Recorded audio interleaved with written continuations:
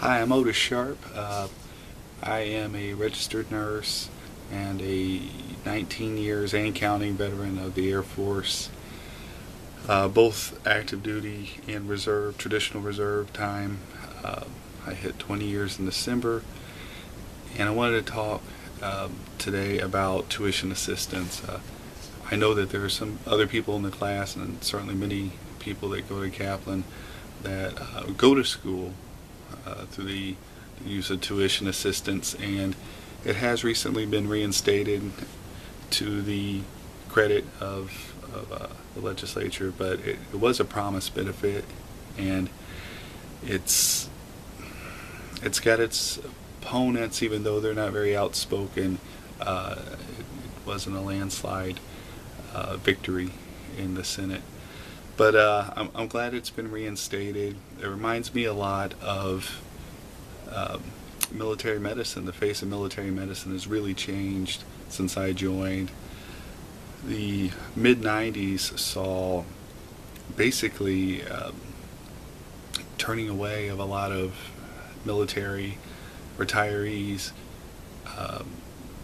to base hospitals. They didn't have the access that they were promised, and essentially they were promised free health care for the rest of their lives for themselves, their spouses, and their children up till 18 years of age, or 22 if they were able to prove that they were full-time college students.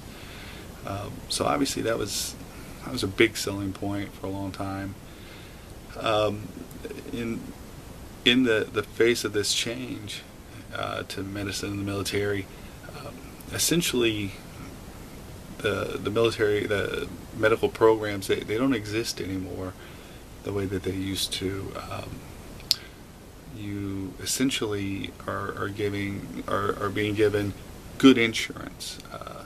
I think even good could be debated, but TRICARE I've found is pretty good insurance, and the premiums are affordable, but we're basically a healthy demographic, so low risk, high reward, as it were.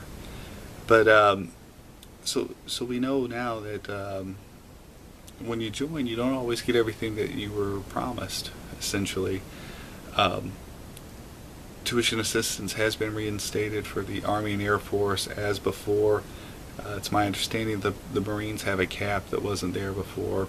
Coast Guard doesn't get tuition assistance anymore because their funding comes from the Department of Homeland Safety. So unfortunately, the Coasties don't have that benefit right now. I can tell you that it's been provisionally reinstated, and it'll be looked at again in fiscal year 2014. So as many of the classes as you can get done now, the better.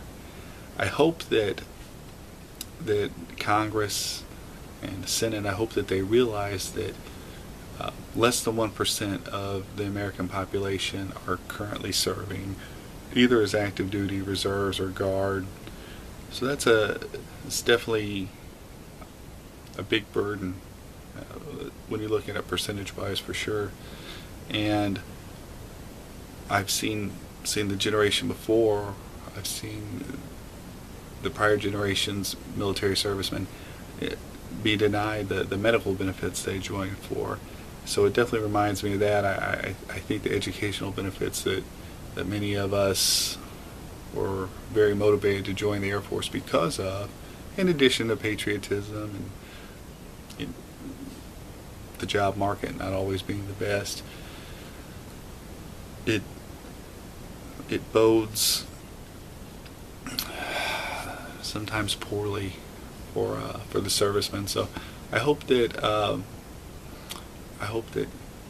we, as military members and concerned citizens, continue to make Congress aware of how we feel about this.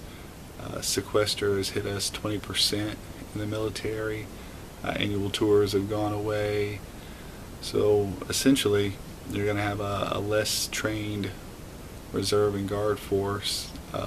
I don't know all the budgetary impacts that it's had on active duty, but I think it's always been a challenge in the military to make more with less. So it's a challenge that we all accept. but retention and recruitment are definitely going to suffer if we do away with educational benefits. So I hope that this has helped you understand the problem, and hopefully has enlightened you on the myriad benefits. 62% of the people that join cite educational benefits as a main reason. So let's keep military folks in school and America safe. All right, thanks. Bye.